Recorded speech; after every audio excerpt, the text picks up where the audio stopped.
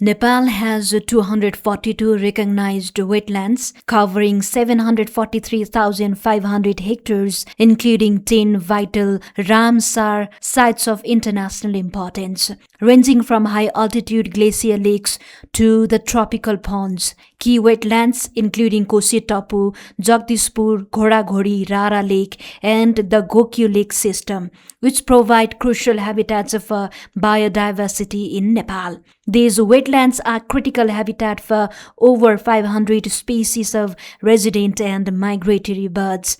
However, bird populations, particularly at Jagdishpur wetland in Kapilvastu district of Nepal, a Ramsar recognized site, are steadily declining.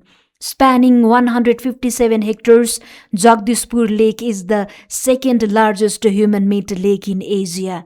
Increasing human encroachment and limited attention from authorities have caused bird numbers across the country's lake to drop year by year. Latest census recorded 90,688 waterbirds from 89 species, nearly 6,000 less than last year. In 2018, the lake hosted 23,000 birds, but by 2026, only 10,282 remain. Experts attribute this decline to human activities, unplanned use of wetlands, and climate change.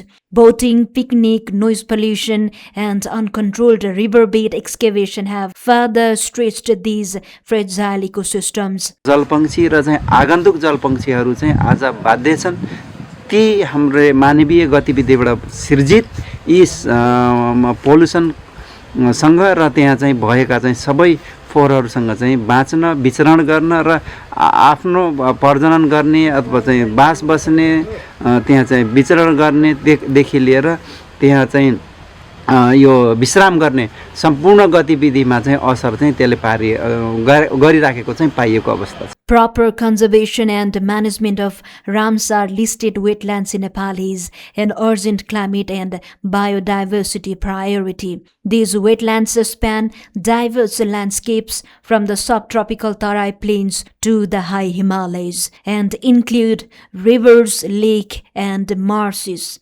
And immediate attention from authorities and stakeholders is crucial to safeguard Jagdishpur Lake and other wetlands, ensuring these natural treasures are preserved for the future biodiversity balance in the country. Rosina Rai with the local correspondent Vikas Banjari from Kapilvastu, reporting for NTV World.